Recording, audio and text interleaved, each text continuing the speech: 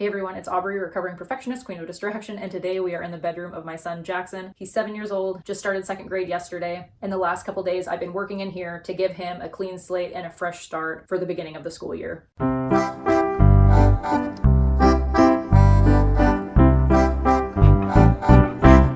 We've been really go the last few weeks of summer, just trying to get in as much fun as we possibly could before the beginning of the school year started. We really haven't spent any time in here tidying at all, and after coming and going in a few play dates in here, it was in pretty rough shape. So while in a perfect world, he would have taken care of the mess himself, I wanted to do something nice for him, just to give him a clean slate, a fresh start for the beginning of the school year, have a calm, safe place to come to at the end of the day. And I feel like especially with bedtime, when things are more streamlined and organized in here, bedtime routine tends to go just a little more easy. I don't know if he feels the same way, but I know that for me personally, the less visual clutter there is, the less overwhelmed I am. So this isn't just for him, this is for me as well. And regarding me mentioning in a perfect world, Jackson would take care of the mess on his own, I do like to take into consideration that a lot of times the mess that is in here isn't just from him or his friends, it's from little brother who likes to come in and play every once in a while during the day.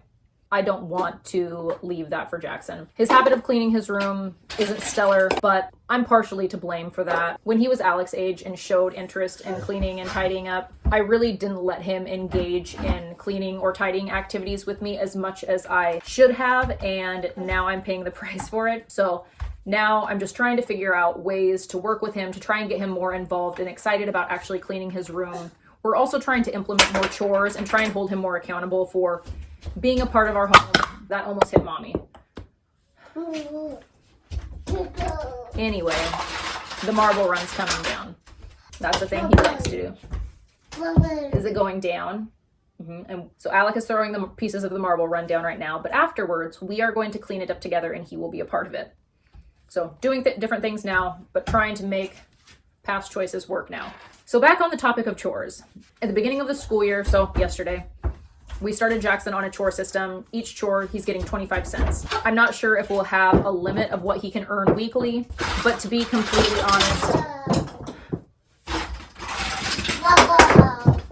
he can be very motivated, but at the same time, he really likes to have a good time.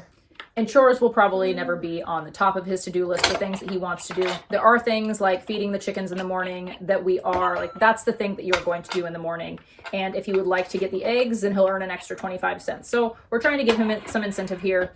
And with his room, even though it is his room and he should be responsible for it, at least that's what I've told myself, I'm giving him the incentive to keep up with his room and tidying at 25 cents per 5 minutes he spends actually cleaning in here. We did have a conversation about you can't be playing, you need to actually be cleaning. And I'll probably monitor him for at least the first few times he's cleaning in here on his own, just to make sure. I don't think he would be sneaky like that. He's not really that kind of kid. But he is my son and gets distracted very easily. He's a prince of distraction. That's who he is.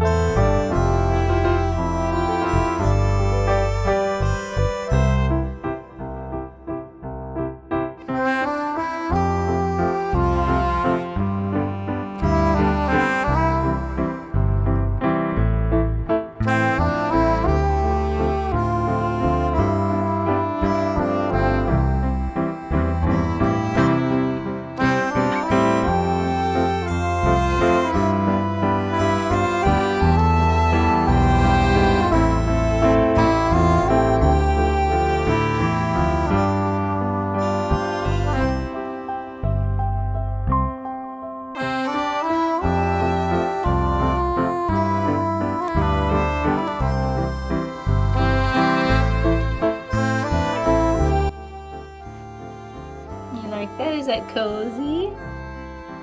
Mm-hmm.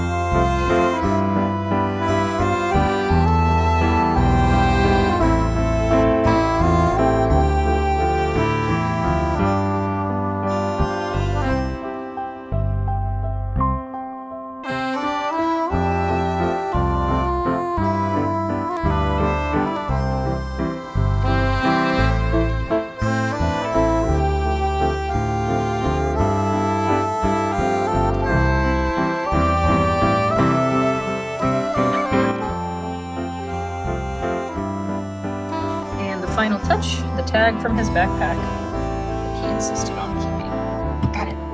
Boop. Alrighty, so we're just gonna do a quick tour in the current state of Jackson's room. His room, it's, I feel like just an average 7-year-old American boy room. I don't know, maybe not. It's nothing super fancy, but it wasn't professionally interior designed. But the things that we have done in here, we've just tried to put love and thought and some kind of intention behind the decisions that we made in here. When we first moved into this house, we transitioned him from his little bed to a single twin bed that we used to have in here. But he moved a lot in that. He definitely needed more space at nighttime.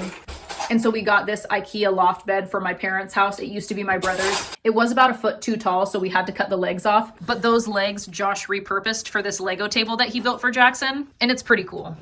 Alec did just peel this piece off recently, so we need to glue that back on, but it's pretty awesome. And then we have these storage bins for just the excess Legos under there. Originally, when we first put the loft bed in here, the bed was actually up on top, but Jackson ended up sleeping in this hammock a lot, so he was already sleeping down on the bottom. And then we did want to give him a space that he could go without Alec. Now, obviously, Alec is at an age where he can climb up there, so it's not exactly doing what we intended, but it gives just some extra play space in a higher area. The kids really love it. It's a lot of fun. Whenever his friends would come over, they would always end up playing in his bed anyway. So now without the mattress there, it's a little lower. It feels a little safer when there are kids playing up there. His bed down below is just a myriad of stuffed animals and blankets that no matter how hard I try to make it look nice, it doesn't. It looks like it's a 7-year-old's bed. As far as decorations go, we've really tried to just let Jackson kind of take the reins on that.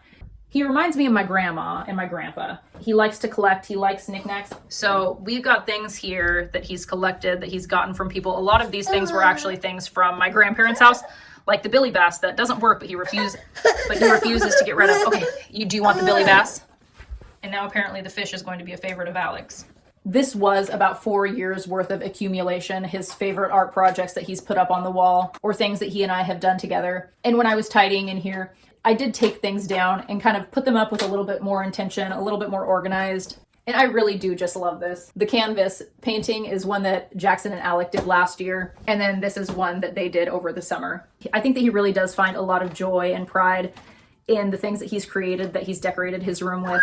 And it's really fun and special when we'll be laying in his bed together at the end of the day reading stories, and he'll point out something like, "Mom, I really love that chicken that we drew together," or "That's my favorite excavator that I ever drew." I had thought about taking things down to make room for things for the new school year, but I wanted him to be the one to ultimately make the decision of what comes down and what not. That tire toy box has the miscellaneous things in it. And then as far as the closet goes, there's books, clothes to grow into. It needs to be organized, but that's a project for another day. I'm pretty sure that toy box is empty.